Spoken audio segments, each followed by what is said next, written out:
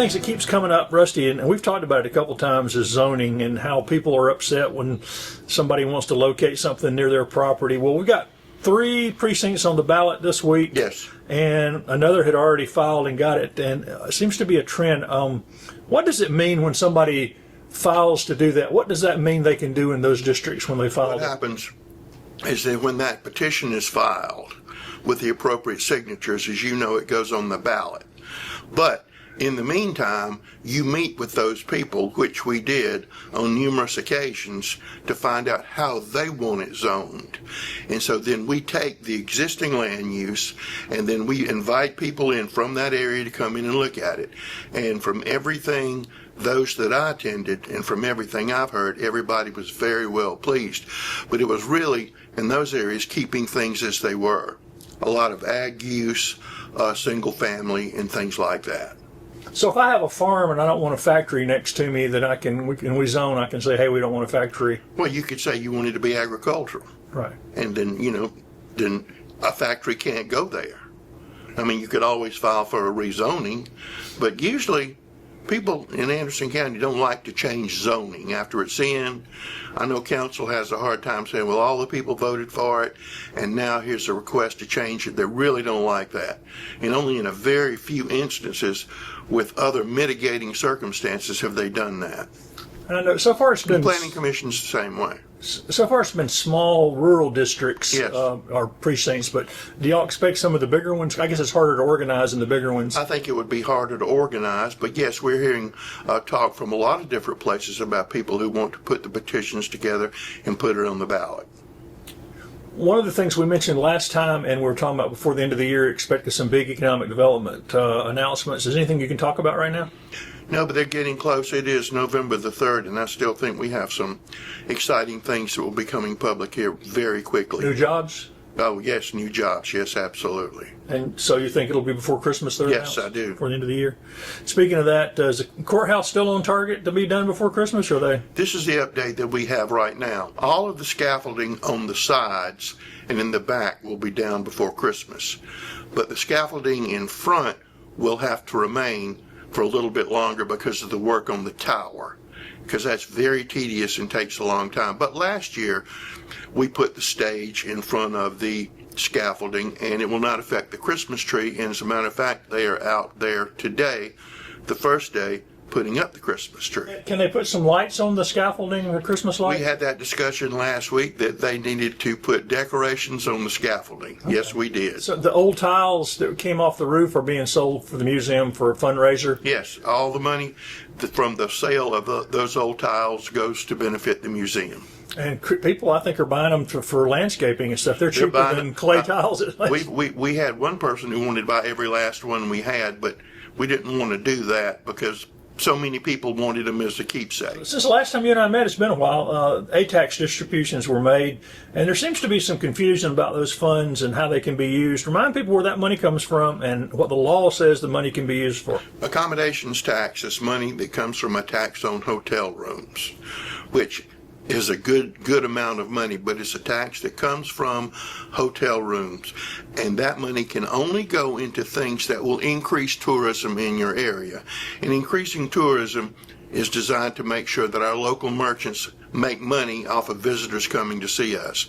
But what you can do with it, there's a list of rules and regulations, and how this starts is we put it out, make everybody aware of it that we can, and usually we don't miss anybody. And then there's a staff evaluation. Then that goes to the ATAX committee, which is made up of citizens. And then they approve it. And then from there it goes to council.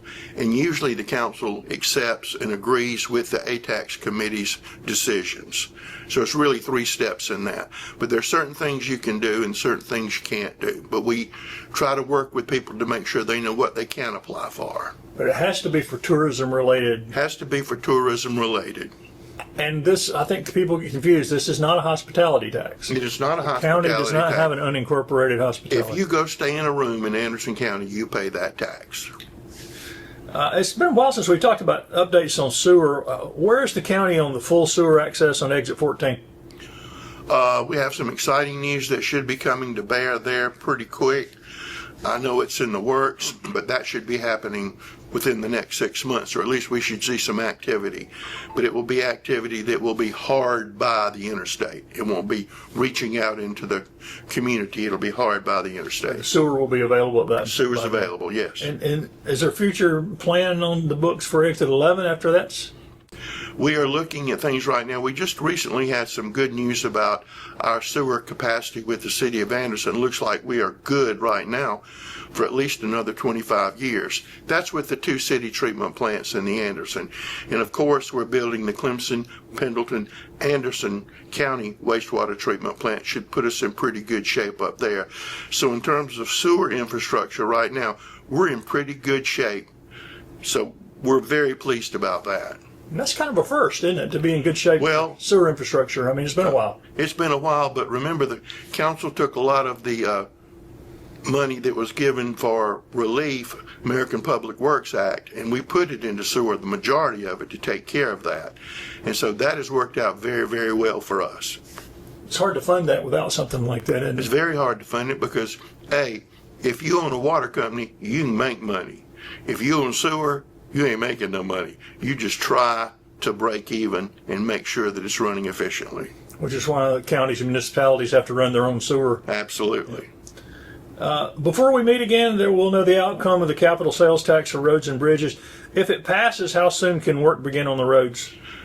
Probably within 3 to 4 months. And if it doesn't pass, what else can be done to Then fund council will roads? go back to the drawing board, which they will have to do, and they will be looking at methods and alternatives. Well, over the past year, and I know they've looked at vehicle fees, they've looked at Millage increases. millage increase, which neither one produces very much money. No, and we've also, we receive a lot of grants for road work. Not as many as we need, but we will maximize those, which we already do, and we'll probably be looking at more public-private opportunities than we have in the past.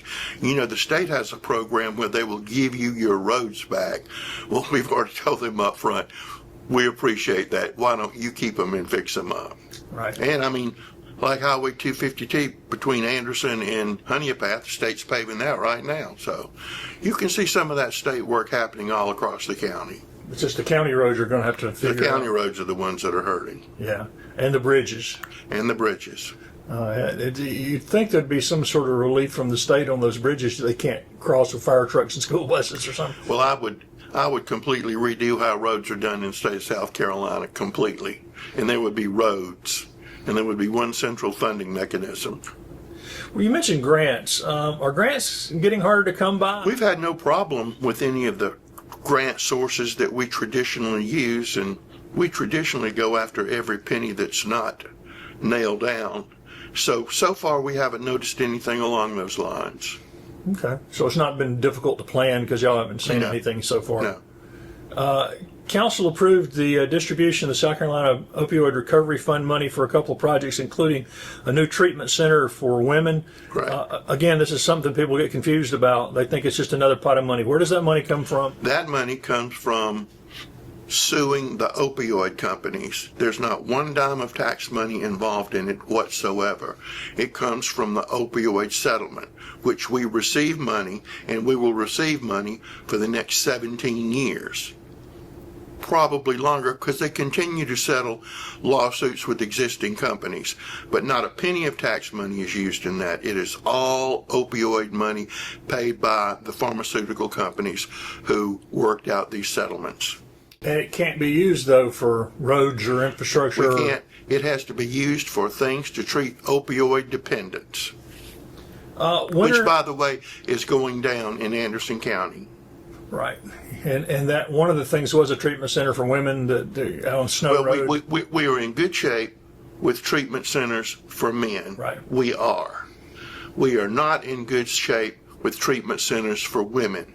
So that use of funds was to increase the opportunities to treat women with addiction. And it's more than just treating them with addiction, but it's treating them to not be addicts, but to also give them life skills, help them get jobs and things like that.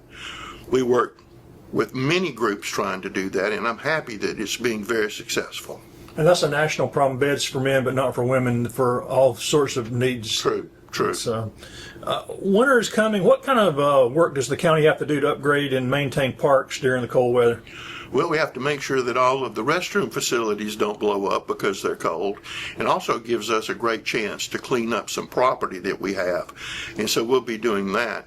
And one of the things we're doing, hopefully we're getting close, is that we're going to put 2 campsites at River Forks, just like the state park system does, just like the national park system, where people will agree to come in there and they will camp there, but they will be tasked with maintaining the park and patrolling the park. It just gives you a presence, somebody living there, which we vet.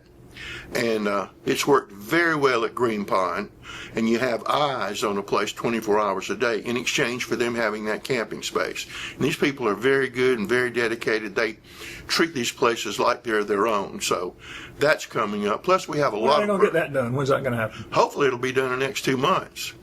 And then we are also beginning work on the pickleball courts up at Dolly Cooper. We're also going to put restroom facilities in at Dolly Cooper, which are sorely needed, which council's wanted us to do. Councilman Jimmy Davis and Senator Cash have been very instrumental in making that happen.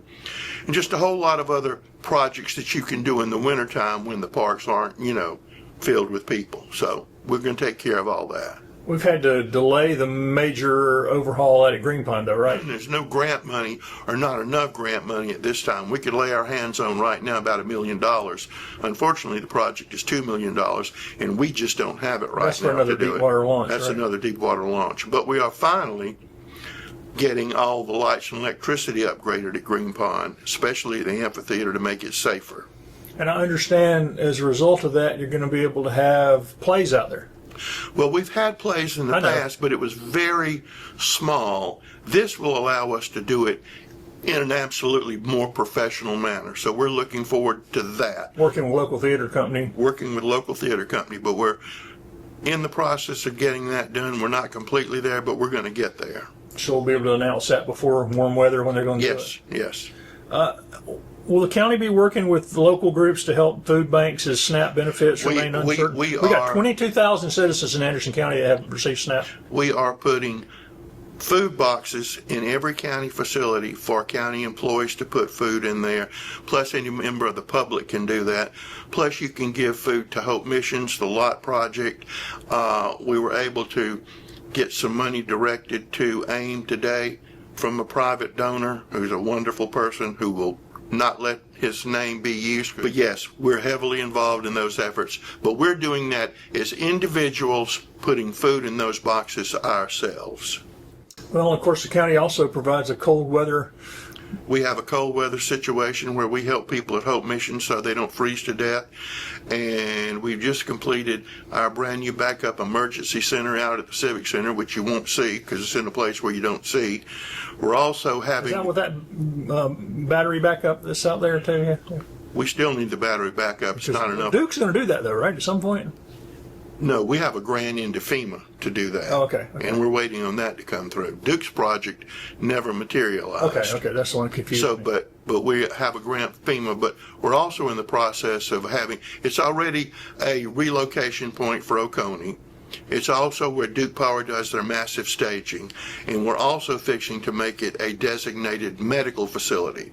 Because when we had the hurricane last time, we had to find places, churches, wonderful people to let us set up those medical facilities. As a matter of fact, towards the end, Greenwood's people were coming to Anderson for those medical facilities. But that's going to be a major upgrade for us because the Civic Center, which is used all the time, constantly all the time, you may not have something you want to go see, but trust me, somebody's out there. But it also serves as an emergency center for all of those things that I've just named. Plus, we're also involved with 3 charities right now, helping them find a place to work out of during the holidays. So we're involved in that too. And for a good while now, during the day when those shelters, the Anderson County Libraries welcomed people to come in and be warm or cool, and They do that and have done that forever. it seems to have gone pretty well. Done very well. Everybody. The cool weather also is challenging a time for Paws. I know we talk about challenging times for Paws, and they had a big event again. It's one of the top shelters in the country. People still look at it as a model, but they're just getting overwhelmed. What can people do to help them in the holidays? Well, we take donations at Paws. Also, we should always remember the Humane Society does a lot of great work in Anderson County too. So if you can't get down to Paws and you want to help somebody, the Humane Society is working there just as hard and helps us in a whole lot of ways. Plus, there are other animal groups in the county, and we try to be supportive of all of them. And I will also say that we have the finest animal control officers in the state of South Carolina because they are well trained, they are knowledgeable, and they care. And that is not the norm in a whole lot of places. And you're saying this as a pet owner who loves his animals. As a pet owner who loves his animals, and obviously every other animal in the neighborhood too, at least they drop by for dinner. Yeah, the idea of the old dog catcher is not what we have here. It's sort of Not with Mark Davis. You have a professional outfit who they train extensively. They keep up with what's going on, and they know how to handle these situations.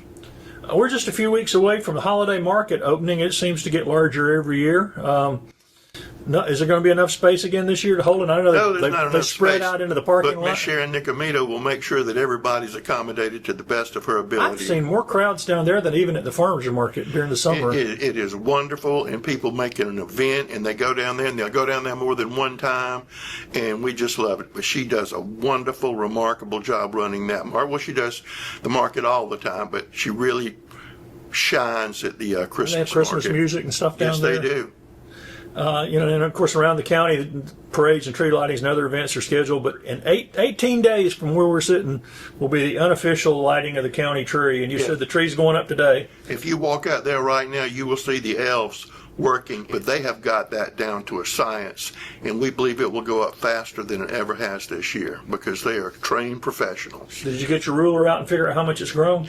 Just a tad, just a tad. 5 feet? No, we'll determine that at a later date. We have some tricks we have to do. Anything else new on the tree this year? I really liked the tree last year, and most I'm everybody glad- liked yeah, the tree. return of the ornaments was a The good. ornaments is the key. You just can't have a tree without ornaments. I'm sorry. Right. And so, yes, they will be back. And when will the Christmas music start playing from the clock tower? Whenever we can get up there to get the radio fixed. Will that be done in time? Yes, it will be done in time, and the lights will be done in time too.